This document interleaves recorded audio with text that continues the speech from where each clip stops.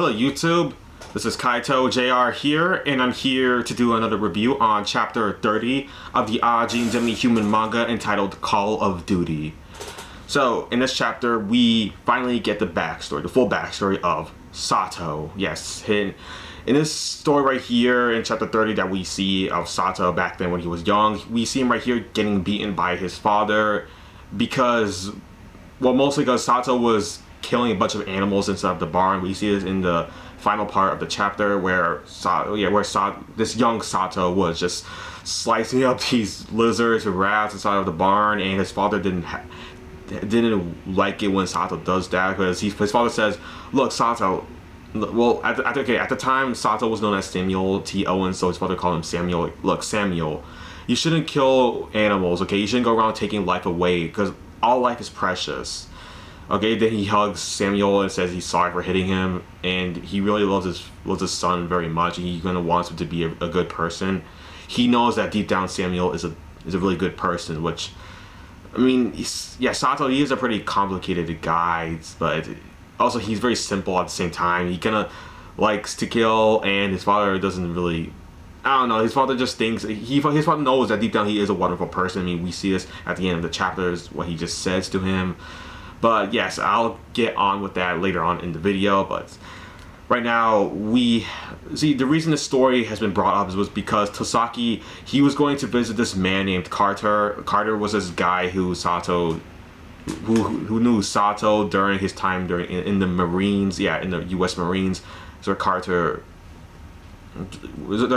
used to stay at, just, you know, train up to become a Marine because he had a Marine family. His brother was a Marine, his father, his grandfather, almost his entire family, the male side, are Marines. And I think he even has a son right now. Yeah, because Tosaki picks a picture up of Carter's son. So yeah, even probably his son. Yeah, his son is up in Marine because we see him in this with a gun and all this combat uniform that Carter's son is in on. Yeah, so Tosaki, he is there to see Carter just so he can get some more information on Sato. Yes, more information on Sato, so Tosaki can know and understand why Sato is the way he is. I mean, yes, he got some stuff from Kei Nagai, but he wants the whole story. He wants to know everything about Sato because that's the person who they're going up against, the Ajin. And Carter, yes, Carter is the only person who Tosaki can find who can be able to give all this information to him. I mean, it's not like he can just go to his father because, I don't know, maybe Sato's father is dead as well as his mother. I don't know, maybe they're still alive, but I don't know, they might be way too old to be alive. So, yes, right now they're all dead, and Tosaki, yes, he needs to get information from only Carter because Carter was in the Marines with him, so he can get all what he wants from him. You see, Carter, he explains how, alright, let's see, first of all, Sato, I first met him during this recruiting area, because he said like back in 1969, he was in San Diego during this recruiting process. They were training together as recruits, as trainees, and that's where Carter first met Samuel T. Owens there, Sato. I'm just gonna call him Sato. Yeah, that's where Carter met Sato for the first time there. When Carter first saw Sato, he was like, huh. So, this kid, he seems pretty young, and he's pretty short too. He's only 5'8". Now, is he gonna make it in here or something? I mean, also because, and the reason they nicknamed him Poker Face. Yeah, that's what they call Sato. Poker Face is his nickname. I know in the anime, I think it was in OVA, they call him Fox because of his eyes, because the way his eyes are always shut. But most Japanese people look like that because they look like they have like fox eyes or just a poker face, whatever you want to call it. Yeah, so that's what their face looks like. And you see Sato, he doesn't really show much emotions. Even back then, he still didn't show much emotions at all. I mean, his eyes are still fox-like, so nothing like that didn't change at all. I mean, Carter just noticed that about him, and then he wonders if he'll just make it here. But for the past 2 weeks, he did, but then something happened. I mean, he even told Tosaki this while he was telling the story, Sato's backstory, like what he knew about Sato to him. Because like Tosaki, he just needed to know this stuff just so he can understand Sato more. But that all came to a close because Sato only stood there for just 2 weeks. Then one of the instructors there, one of the military recruiting instructors told the rest of the recruits that, yes, you see Sato, or Poker Face, which is what you guys call him, he's not going to be showing up anytime soon or ever, really, because it's just 2 weeks he's already gone. Because yeah, he told the instructor told him that Sato is suffering from some sort of serious illness, that he can't be here anymore. It's not useful to us anymore with this illness, so he has to be shipped off. But that was a lie. Actually, Sato, I believe he was picked for this elite team called the Team. Yeah, that's all. They're just called the Team. That's what Sato was picked up for, and he was put into this elite group of just, well, it was just the 3 of them so far. I don't know what happened. I don't know why there aren't more members, but yes, they are supposed to be the best of the best. They are able to infiltrate any enemy base without the enemy ever seeing them. So yes, they are Marines among Marines. Yeah, the Team, they are true Marines right there. I mean, they never even have to get into a fight. They can just infiltrate a base, and the enemy will just never see them. And then the Marines will just, yeah, and then the Team will just be able to get what they came for, and then just leave immediately. But Sato, you see, Sato, he's different. I mean, like, yeah, I mean, the other members of the Team, which are just 2 others, but yeah, just the other members, they thought Sato was on their, well, no, he is, but they just thought, they think Sato was a total psycho, just starting a fight out of nowhere with just his guns, just shooting. Because during this campaign, it was in 1976 in Vietnam, I believe, yeah, because during the time, like, Carter, he was called into just this, this battlefield campaign called, the Vietnam campaign, yeah, it was called that. It was during 1975. They went there, they fought, and then they left. But Sasaki thought the Vietnam campaign was only just 1975, and then it ended right there. But no, Carter says, no, it kept on going in 1976 because somebody was captured, and we had to go and save them. I mean, I got the call when I was in my house. The Marines called me and said that, all right, I need you to... I think they were trying to recruit Carter as another member of the team because he was even with them too. But I don't think it's that reason alone. I mean yes, because this man who Carter is talking to right there inside this helicopter, I believe. Yeah, they're inside of a helicopter. Yeah, I believe that's where they are. Okay, no, sorry, they're not inside of a helicopter. I mean, they will. That's how they get to Vietnam to go and rescue this POW. The POW is somebody who they have to rescue. This certain person that I will reveal who it is at the end of the chapter, just in case if you all don't know. But I expect that you have read the chapter, so you should know who it is. I'm just saying.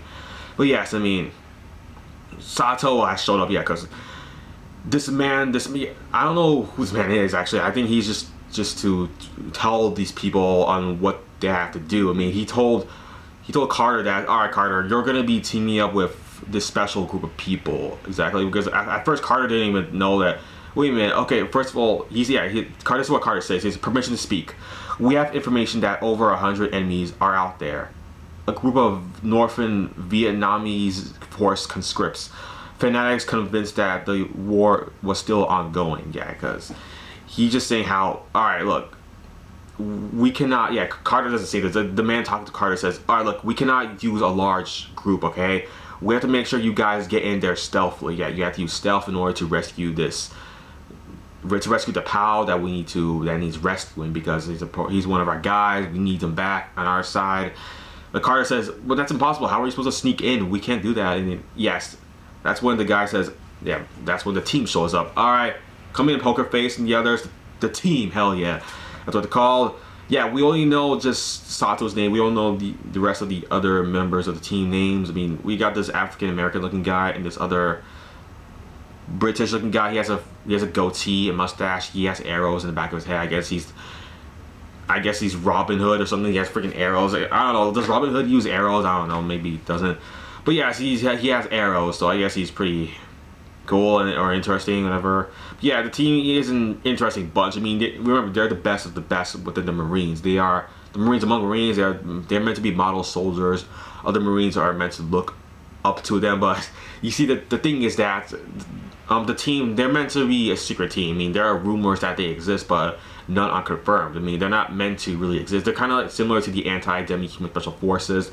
They're just a rumor that technically doesn't exist really, but they can still be called similar to like, yeah, because Colonel Koma, he has the ability to call the anti-demi-human special forces whenever he wants to, but the others don't want him to do that because they're meant to be an illegal unit. They're not meant to, they don't technically exist. They're not meant to be called, but they are called eventually, and so are the team because of this certain job they need to accomplish, which is to rescue the POW. Yes, to rescue him.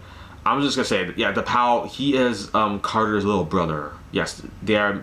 Yeah, the mission is to rescue Carter's little brother because, of course, like Carter said, they have a Marine family. All the males are Marines, so in their family. So, yes, they are there to rescue Carter's little brother, who was once a pilot. I guess a pilot. Yeah, he was probably piloting a helicopter that was shot down, and that he somehow miraculously survived. And then the enemy took him from Vietnam, and then they just kept him hostage, I guess maybe for ransom or something like that, just to keep him. Maybe they want money from the United States, but right now the team has been sent there along with Carter's, because yeah, that's Carter's little brother, so of course Carter has to come with them to help save him, because of course Carter will have the drive to wanting to save his little brother, because they're not gonna send anyone else there. Some random guy who has no reason to wanting to save this guy. I mean, okay, he's a comrade on the Marine, whatever, but no, this is Carter. This is his little brother. He knows him when he was just a kid, so he's definitely gonna want to give everything he has in order to save him. So yes, they called in Carter for that reason, and like I said, the rest of the team, and they went to Vietnam, I believe. Yeah, it was Vietnam, and then they went.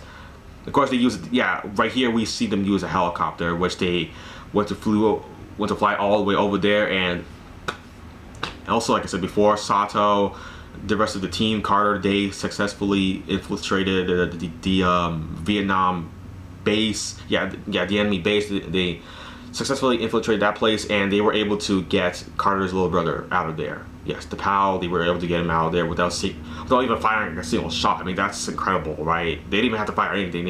They just walked through it really stealthily, and the enemy weren't able even to see them once. So, and that's when Carter grew to respect Sato because of this feat he was able to accomplish. I mean, he was a Marine among Marines.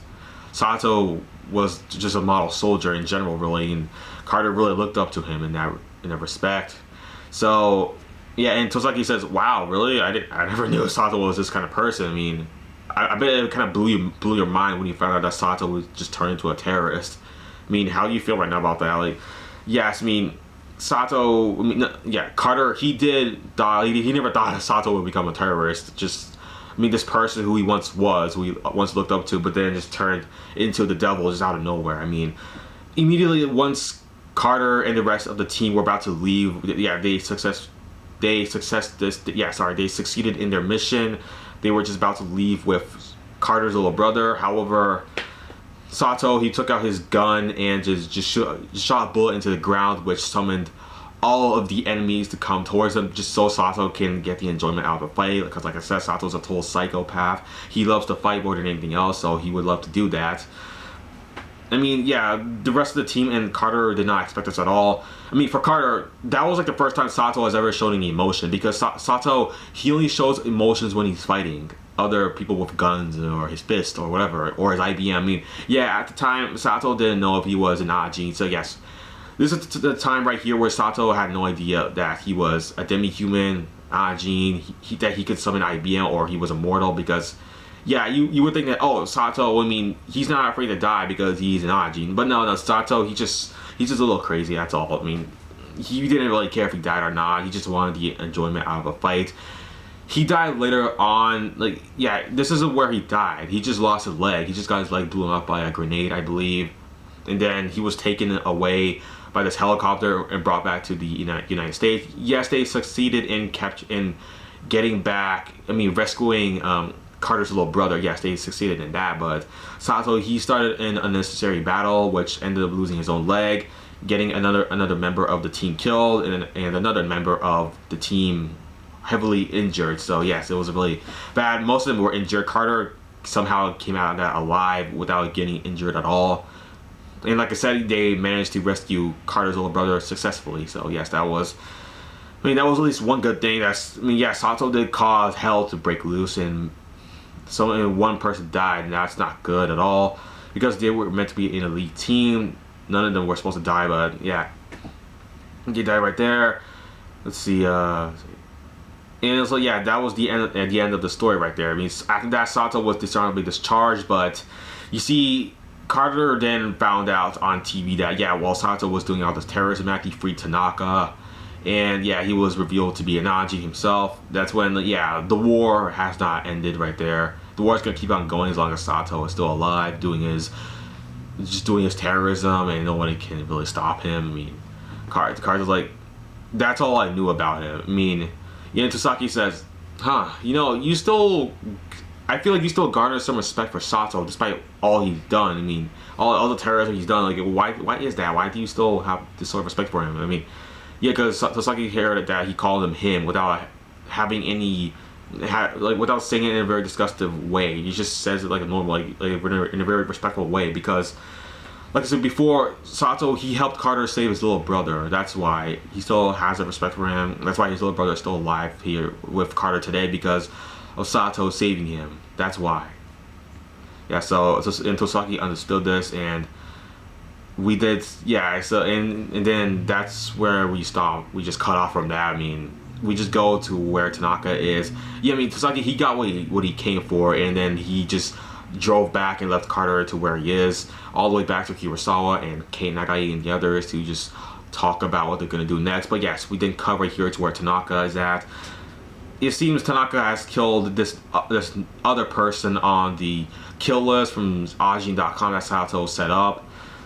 And yeah, it seems Sato had some help from this police officer who was working with Tanaka as an ally. I mean, yeah, the reason the police officer was doing this was because his job was not even paying him enough anyways. It wasn't worth for him to die just from Tanaka, so he just helped Tanaka out to help him look for the guy they needed to kill, and yeah, that's it. And I guess, yeah, of course Tanaka wasn't paying him. He's just like, yeah, you help me or you die. Just die with them, but you might as well just be siding with us, because you'll just end up living for yourself. I mean, which the guy did, but then the police officer said, all right, look, do you think you can just shoot me right here? I mean, just so on my vest, just so the others won't suspect me that I am a traitor, just so can you do that? Yes, sure, man.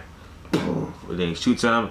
Yeah, I don't know enough about the guy in order to go into details, but of course they would be using other humans for their own benefit, for like Sato, the Ajins. Yeah, they would be using other humans, since it's a lot harder to gather enough Ajins, but it's easier to gather maybe some humans to help them out, not as members, just as allies. But then once they don't need them anymore, I guess they can just kill them, or just let them go, but just promise that they won't tell anyone about this. But of course, even if they tell, they'll get in trouble themselves, so yeah, they better keep their mouths shut, just for their own sake as well. Not just for Sato's or Tanaka's sake, but well, mostly just for their own sake, because yeah, Sato and Tanaka, they're terrorists, they're just doing their own thing, and yeah, the police officer, he kind of needs to stay quiet about this. I mean, so it's just so he's not figured out. But yeah, I mean, that's the end of that. I mean, Tanaka, he goes back to Sato, and then they get into details there. But yeah, I'll get into that later on in this chapter review. Right now, Tosaki came back to Hirasawa and Minabe and just tells them that, all right, guys, the cabinet minister, he has told us that we're going to compromise this mission. And Minabe's like, what? Seriously? The job's over? Okay, I guess I need to find my next client. You need to find another job. Need to find some way to make money. Tosaki says, no, we're still going to be doing this whole forest security nonsense here. We're still going to be fighting against Sato. Okay, that's not going to change there. I'll still be paying you myself. That's what Tosaki says. Still be paying them. Nothing's going to change in that regard. But I just wanted to let you know, we can't let Sato get away with this. Okay, even if the cabinet minister or the Ministry of Health, Labor and Welfare is not backing us anymore, or the anti-Ajin demi-human special task force aren't backing us as well, we can't use them. Like, it doesn't matter. We still need to stop Sato because of all this danger he's causing to everyone. I mean, I talked to this man named Carter, and he even revealed some stuff about Sato's backstory and that he cannot be trusted at all. I mean, of course, it's like he doesn't go into too much in depth with that with the others, but he was definitely thinking about what he was talking to with Carter, and that they need to definitely stop Sato, or else, because Sato's a dangerous man, he cannot be trusted. He's definitely going to betray his own comrades. I mean, the other Ajins like Tanaka and Okuyama, because eventually he's not going to need them anymore. He's just going to be doing his own thing, probably going to be fighting more people to betray, and it's not going to be good. Yes, and Manabe's, yeah, actually Hirasawa on the other side, like, look, I'm just here to follow orders. As long as I'm still getting paid, I'll definitely do it. And Manabe says, well, I mean, if Hirasawa says that, and I guess I'm still in too. Which, yeah, Manabe, just to let you all know, Manabe is the only one of these four right here that are still alive. I mean, Hirasawa, the other two are dead. But Manabe, he's still alive. I mean, we just saw him in chapter 77 where he just shot down Sato off the helicopter with a sniper rifle that he got from this guy him and Hirasawa used to know. So, yeah, I mean, Manabe, he's still good. Hirasawa, yeah, I mean, something bad happens to him. I'll talk about that once we get into that chapter later on. But, yeah, I mean, let's see, yeah, and also Kei Nagai, he wasn't even listening on to this, what Sasaki was saying. He's like, huh? Sorry, I wasn't listening. But yeah, alright, let's go. Let's go to the Fort Security Building. Everyone, we're going now. Yeah, so, of course, that's what they do. They left, and then Kei Nagai, Ko are in the car, just talking to each other, just saying some stuff, whatever, it doesn't matter. I guess, yeah, Ko, he's just really excited, I guess. He's like, yeah, we're gonna take down those losers, freaking Sato, Tanaka. Hell yeah, I'm sure Sato's definitely gonna be there. I mean, why wouldn't he? He's still on the list, right? But of course, Kei wasn't thinking about this clearly enough. I mean, yeah, he does catch up on this later on in the manga, but yeah, Sato, he's definitely getting bored with this list. I mean, we even see this in the manga we even see this in the chapter as well, where Sato says, "Yeah, sorry Tanaka, but I'm getting a little bored. I'm just gonna get them playing my video games right here." And Tanaka's like, what do you mean? We have to keep on killing these people. These people are the ones who try to experiment on Ajins like us. I mean, we have to take them all down. Sato says, yeah, but I'm bored. Like, I'll come back in like the next wave. You take care of the rest of the list, Tanaka. I'm sure I can trust you. And then, yeah, Tanaka, he goes to Okuyama and tells him that, hey, Okuyama, I'm starting to not really understand the way Sato thinks. I mean, he started this whole wave, the second wave, and he's not even going to go through it at all. He just says he's bored of it. I mean, of course, Okuyama understands Sato a bit. I mean, he even compares, like, hey, Tanaka, have you ever played Mario? Yeah, that game, Super Mario 64? Tanaka's, he started to sound like Sato. Like, all right, look, man. Why would you want to play that game? Just so you can, I guess, yeah, jump on Goombas or those turtle Yoshis just for the fun of it? Yeah, that's why you would want to play it. And to defeat Bowser and save Princess Peach. I guess you don't really do it for the story. You just want to just do the gameplay. That's all, right? Yeah. I mean, that's kind of what Sato wants to do. He's really simple that way. He doesn't care about the story or just anything like that. He just wants to fight. Yeah, he just wants to play. That's all. You see what I'm saying here? Like Sato, he doesn't really care about this entire wave. He just created this wave because, of course, it's important. You need a story. You need a reason why you're fighting. But really, the true reason why Sato is doing this is because of the sake of fighting, the sake of violence in itself. Just the sake of terrorism. Sato just wants to fight with guns and stuff. He doesn't care about the story. He doesn't care about the basis upon everything else or why he's doing now. He's just doing this because he wants to fight, and that's it. That's what Okuyama understands it. That's what Tanaka needs to understand about Sato as well. But of course, that's not going to last very long because, yeah. But yeah, I mean, I guess that's the end of the chapter review, everybody. So yeah, make sure you follow me on Twitter and Tumblr. It's all in the description below my video. Subscribe to me if you haven't yet, like my video, and comment down in the comment section below. Alright, well, that's it for the video, everybody. Thanks for watching, and bye.